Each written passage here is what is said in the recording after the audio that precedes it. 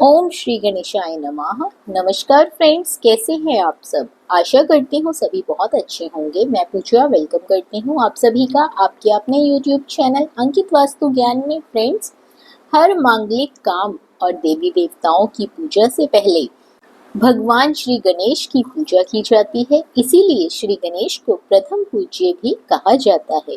ग्रंथों में भगवान गणेश के प्रथम पूज्य होने के अलग अलग कारण बताए गए हैं, लेकिन सभी ग्रंथों ने उन्हें सबसे पहले पूजे जाने वाला देवता ही कहा है। गणेश भगवान बुद्धि के देवता हैं, हर कार्य को सफल करते हैं। इसीलिए हर शुभ कार्य की शुरुआत में उन्हें पूजा जाता है ताकि सभी कार्य निर्विघ्न पूरे हो सके। गणेश जी रिद्धि सिद्धि के दाता और विघ्न विनाशक देवता भी हैं, जो पूजा अर्चना से प्रसन्न होकर भक्तों की हर बाधा को दूर करके सुख सौभाग्य और धन धान्य के भंडार भर देते हैं। उनकी दयाशीलता और दानशीलता को लेकर काफी कथाएं प्रचलित हैं। आज हम इस वीडियो के माध्यम से भगवान श्री गणेश की व्रत की पूजा विधि और पूजा की कथा के बारे में संपूर्णता से बात करने जा रहे हैं।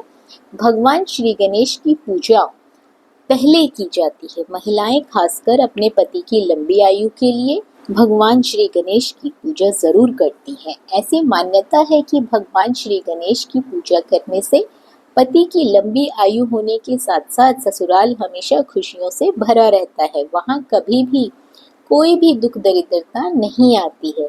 तो चलिए जानते हैं सुहाग की लंबी आयु देने वाले भगवान श्री गणेश की अद्भुत कहानी के बारे में। एक समय की बात है, एक भाई बहन रहते थे।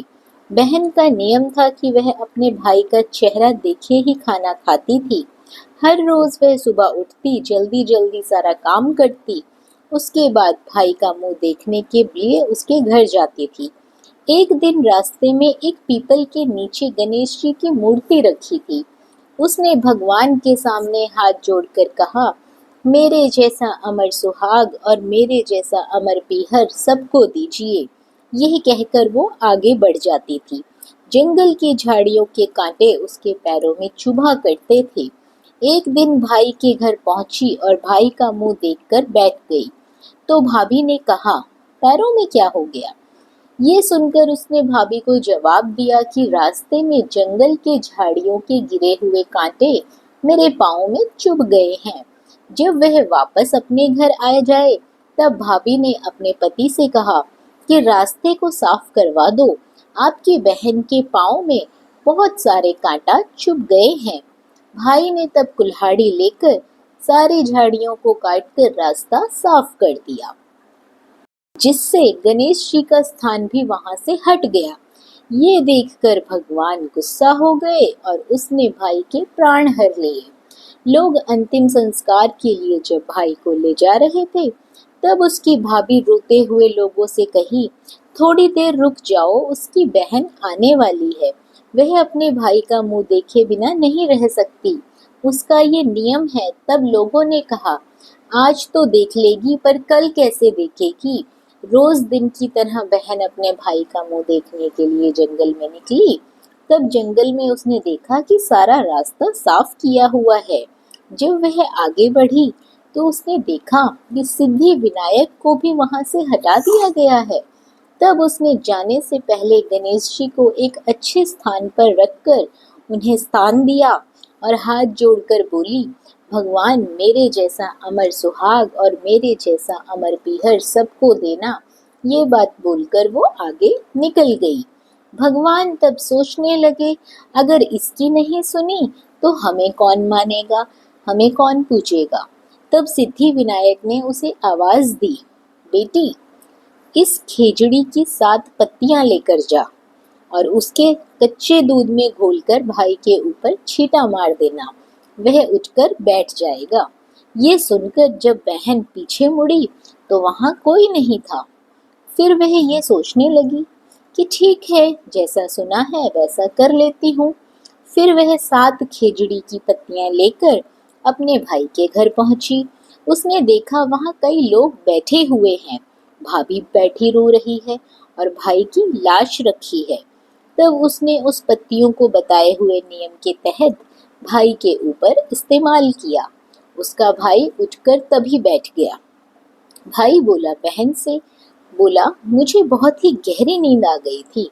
तब बहन बोली यह नींद किसी दुश्मन को भी ना आए, और उसने सारी बात अपने भाई को बता दी। तो फ्रेंड्स, मान्यता के अनुसार ये है गणेश जी की चमत्कारिक कहानी। प्रार्थना करती हूँ भगवान गणेश जी सबको अमर सुहाग और अमर पीहर का वरदान दें।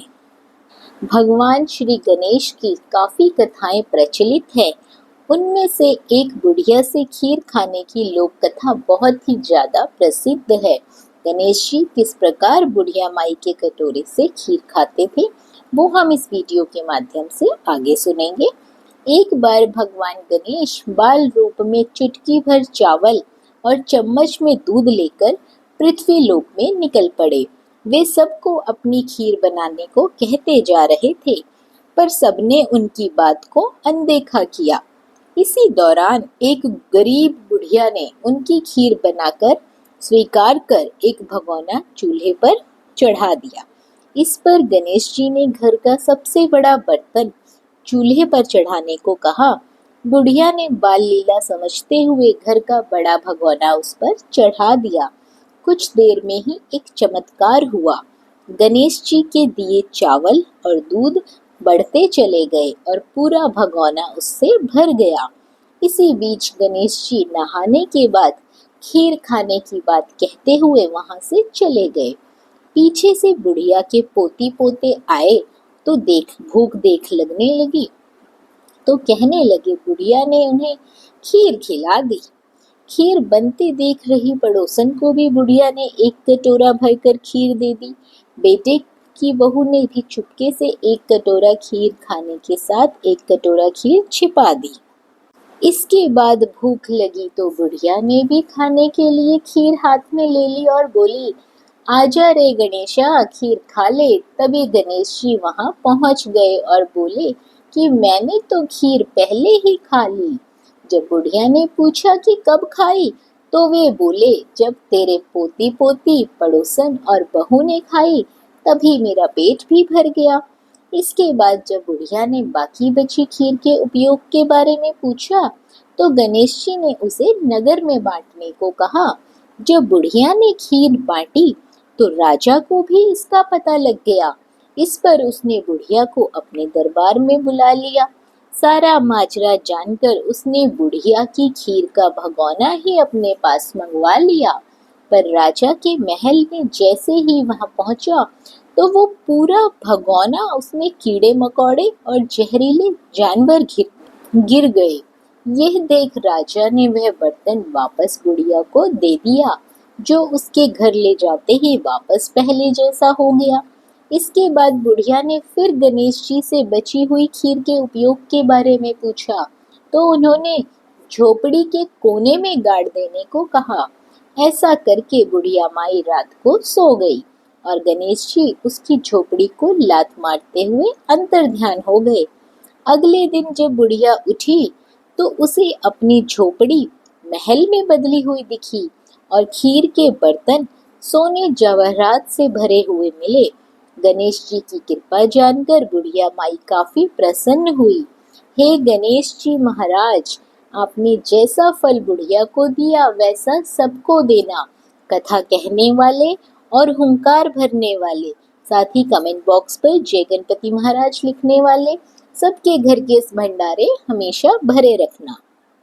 आशा करती हूँ गणपति महाराज की ये पुण्य पावन कथा आप सभी को ज़रूर पसंद आई होगी। वीडियो पसंद आई हो तो वीडियो को लाइक और शेयर ज़रूर करें। चैनल पर पहली बार आए हैं तो सब्सक्राइब करना बिल्कुल ना भूलिए। बने रहिए आपके अपने YouTube चैनल अंकित वास्तु ज्ञान में। धन्यवाद।